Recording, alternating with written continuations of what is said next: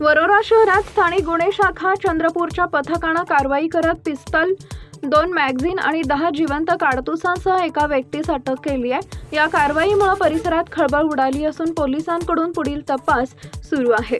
Police अधीक्षकांच्या आदेशानुसार वरोरा विभागात patrolling सुरू असताना पोलिसांना मिळालेल्या गोपनीय माहितीच्या आधारे सत्यम टॉकीजच्या मागील वस्ती परिसरातील संघपाल उर्फ संग्राम वासुदेव लबाने वय वर्ष 46 यांच्या घराची झडती घेण्यात आली। झडती दरम्यान घरातून एक पिस्तूल, 2 मॅगझीन आणि 10 जिवंत काडतुसं आढळून आली। पोलिसांनी शस्त्रसाठ्यासह एक मोबाईल असा अंदाजे 65,000 रुपयांचा मुद्देमाल जप्त केला। या प्रकरणी वरोरा पोलीस ठाण्यात अपराध क्रमांक 102/2026 भारतीय हत्यार कायद्यानुसार कलम 3 व 25 अंतर्गत गुन्हा दाखल करण्यात आलाय। पुढील तपास वरोरा पोलीस करत आहे।